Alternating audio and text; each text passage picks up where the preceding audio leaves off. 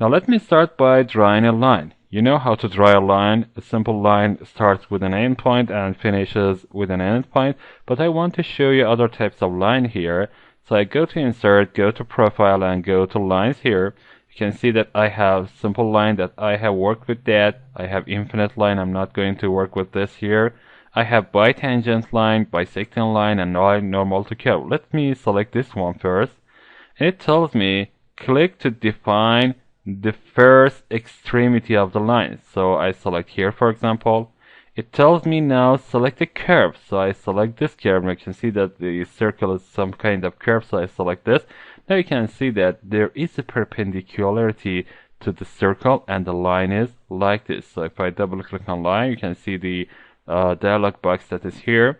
It tells me that it has about 100 millimeters from the horizontal vector and 70 millimeter from the vertical vector, and this is the first endpoint. And the second endpoint is like this. I have an angle like this, and I have a length of, for example, 65 millimeter. I want to have it about, for example, 75 millimeter. I click on OK. You can see that the circle changes or the line changes based on the constraint that you have had for this. So if I want to increase the length of this line without changing the position of circle, I can select circle center like this by clicking on this little point. Go to constraint define and select the fix. You can see this anchor that tells me the circle is going to be fixed. So I click on this, and again double click on line and make it, for example, 75 millimeter. Click on OK. Now you can see that the line increases in length, but the circle doesn't change its position. Okay, this is some kind of line. Let me draw another circle here. I want to show you how I can draw a bitangent line. Now, having these two circles, I go to Insert, Profile, Line, and select a bitangent line here. I need to select one tangency, for example, to this circle, and the second tangency, and that is this circle. And you can see that there is a line that is tangent. Now you can see these little equals shape constraints here that tells me there is a tangent, and of course there is a coincidence also here. So you have a line by tangency here. Now you have other types of lines. I'm not going to talk about all types of lines, but this is very nice feature in creating lines. Okay, let me press Control button and up arrow key, and if it is not activated, just click in somewhere blank here. Now I want to show you how I can draw a rectangle. A simple rectangle is under Profile and under Predefined Dialog, the predefined profiles. And by clicking on this, you can have a rectangle that is vertically aligned to your environment. You can see that I clicked the first endpoint and now click the second endpoint.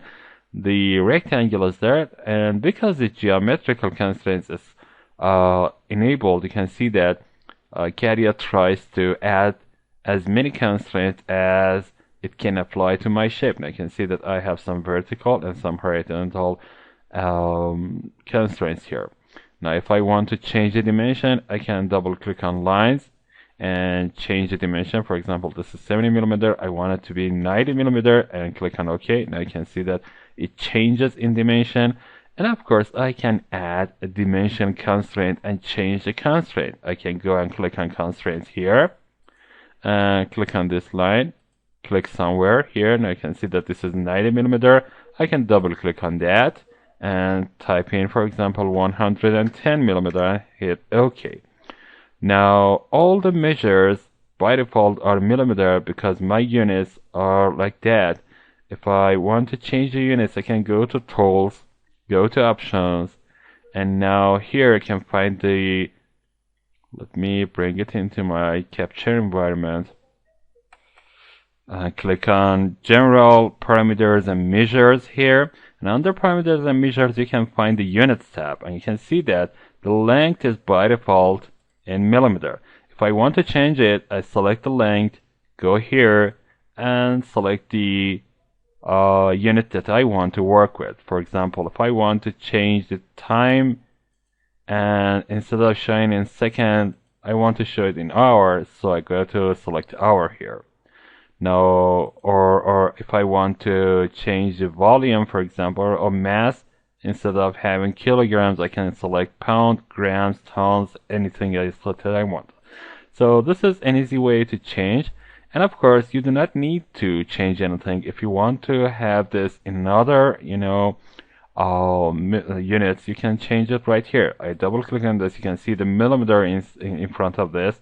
Instead of millimeter, I can have centimeter, I can have inches. I can just type in, for example, if I want it to be 110 centimeter, I can type cm here and click on OK. You can see that it changes.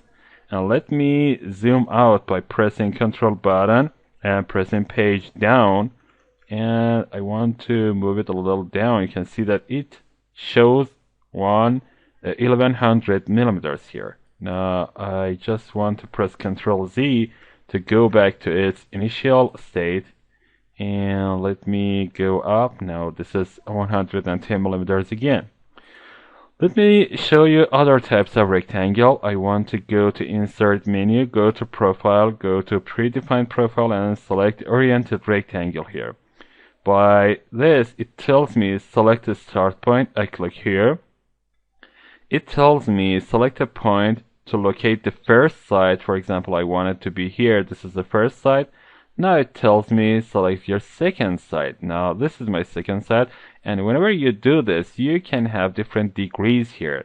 Again, CATIA tries to add as many constraints as it can apply. You can see I have 2 parallelism and 1 perpendicularity here. And if I want to change it, I can do this. I double click on this line. If I'm not happy with the, for example, angle, I want it to be about in 30 degrees. So I type in -30 and click on OK. You can see that it changes. And of course, I will show you how you can rotate your shapes later. And this is an easy way to draw this type of rectangle. Let's go to Insert menu and select another type of rectangle. It is gonna be a parallelogram. I click on this. And let me have an empty area. It tells me to click the start point, again the first side, and now it tells me select the second side. And you can see that I do not have to have